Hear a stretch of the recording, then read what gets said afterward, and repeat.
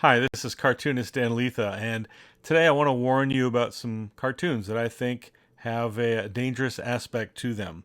And yeah, they're cartoons, and a lot of people say, "Oh, come on, they're harmless." I don't think so, and I want you to think about them. All right. So today's cartoon topic is heaven. How do we usually see heaven in cartoons? Well, let's take a look. So here's a cartoon that I saw. Actually, it was posted on a Christian humor social media page. And so that's the reason why I wanted to bring it to your attention, because this was posted by a Christian on a Christian page. And again, I think it's something that most Christians would just look at and go, that's funny, and then go on. But I want you to stop and think about this. Now, the cartoon on its face does have some humor to it. There's a couple people. I assume they're people. All have wings, and so maybe they're angels in the background, and there's people that have died in the foreground. But it says most of the new arrivals seem incapable of conversation. They just stare at their hands in despair. Okay, so let's think about the context of what's going on here. But to give you even a greater context, I have to tell you that in spite of the fact that I'm a fan of the cartoonist, there's a grain of salt that goes with that, because I know that he's an atheist, and he has gone out of his way to slam Christians in the Bible and all those sorts of things in some of his cartoons in the past. So, and I've heard him talk about it too. So, so there's that to think about. The other thing is, how is he representing heaven? Is this a true biblical representation? Is this what we find in Scripture? No, he doesn't care about that. In fact, I think the danger here is that a lot of people picture heaven this way because it's been drawn this way so many times. They think, oh, that's what heaven is. So, so we have a couple people in the foreground that apparently have died and gone to heaven. So they've got these little wings and the little halo and the robes, and that's sort of stereotypical, or that's just how you picture heaven, right? Well, one is that people don't become angels when they die.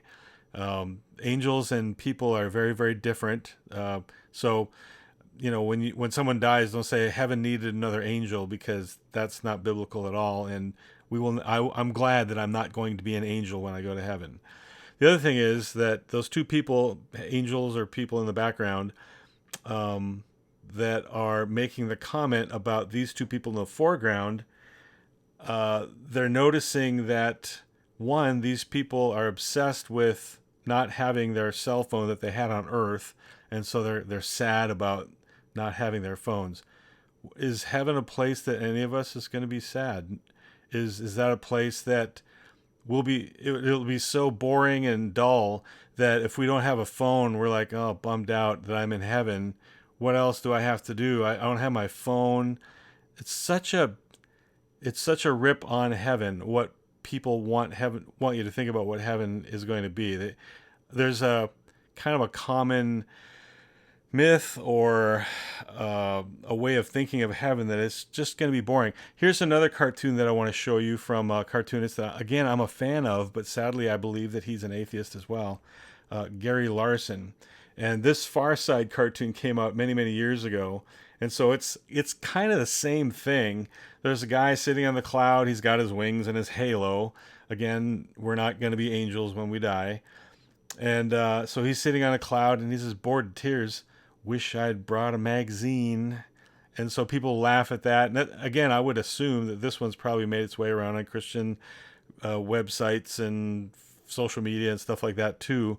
The sad thing is that when Christians spread this stuff around, what are we doing? We're spreading myths and lies and distortions about the Bible. This is the world's thinking about what Scripture says, and so we're helping people to think that way, and we're spreading lies. We're spreading miscommunication and error. And so, is this what heaven really is? Well, let's take a look at heaven is not boring. That's the mission that these people are on. They want you to ultimately think that heaven is boring.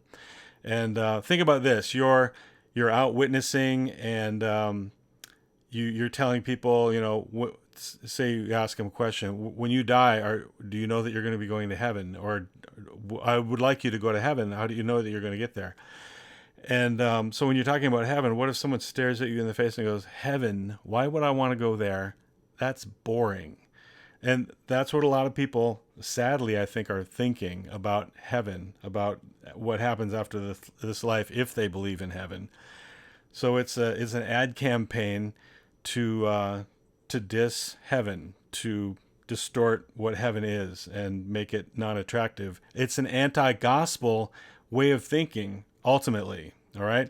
So let's take a look at just a little part of Scripture that talks something about what heaven is going to be. What that after this fallen world, this fallen universe is going to be done away with. Revelation 21 says, "Now I saw a new heaven and a new earth, for the first heaven and the first earth had passed away." Now, in the beginning, in Genesis, it talks about God creating the world in 6 days, and everything was perfect. It was very good. There was nothing wrong with it. There was no death and suffering and all those sorts of things. For us in a fallen world today, we have a hard time imagining what a perfect world would be like. It was like that at one time, but now we live in a fallen, cursed world. Think about the fallen world that we do live in, though. It's still beautiful. There's majesty and awesome things in this world, although there's some pretty awesome and awful stuff to the negative too. Death and suffering and wars and horrible things happening in the news and all that stuff, diseases and all that stuff is in the future. The new heaven and the new earth, all that stuff's going to be done away with. Let's go down into verse 3. "Behold, the tabernacle of God is with men, and he, God, will dwell with them, and they shall be his people. God himself will be with them and be their God. And God," I love this verse right here, "and God will wipe away every tear from their eyes. There shall be no more death, nor sorrow, nor crying. There shall be no more pain, for the former things have passed away." Those former things came into God's once perfect creation because of sin. Jesus Christ paid the price for our sin transgression, and those that receive Christ's free gift of salvation will now be able to enter the new creation at the end of our lives, this new creation and experience paradise, perfection, a fantastic, wonderful, glorious world. This world we live in right now, as beautiful as it is, it's going to be even better. And those people that like to go hiking and exploring, and there's going to be an eternity of wonderful experience and wonderful exploration in the new heavens and the new earth. There's other passages in Scripture that talk about heaven, and I'm not going to go into them, but I just want to whet your appetite a little bit to what heaven is going to be like. This eternity in heaven is going to be wonderful and far from boring. And verse 5 says, "Behold, I make all things new." It's going to be a new heavens and a new earth, and it's going to be fantastic, and there will be nothing boring about it. So the next time that you see a cartoon that has people that are bored and they're in clouds and there's just nothing to do, those sorts of things, just realize that's the world's perspective. The world wants us to think that eternity is going to be just an awful experience, and sometimes they even glorify hell. Hey, I'm going to be with all my friends and we're going to party up all that stuff down in hell. No, that they're wrong about that too, and I'll probably do another video on that in the future. But these cartoons right here are not spreading truth. They're not helpful. There may be some humor in them, but be careful that you don't tell a joke or spread a cartoon that twists and manipulates and distorts Scripture so that other people will have a misunderstanding of what that is. Yes, it's a cartoon, it's a joke. I don't think it's helpful to spread this sort of misinformation and distortion about Scripture. So there's a challenge for you.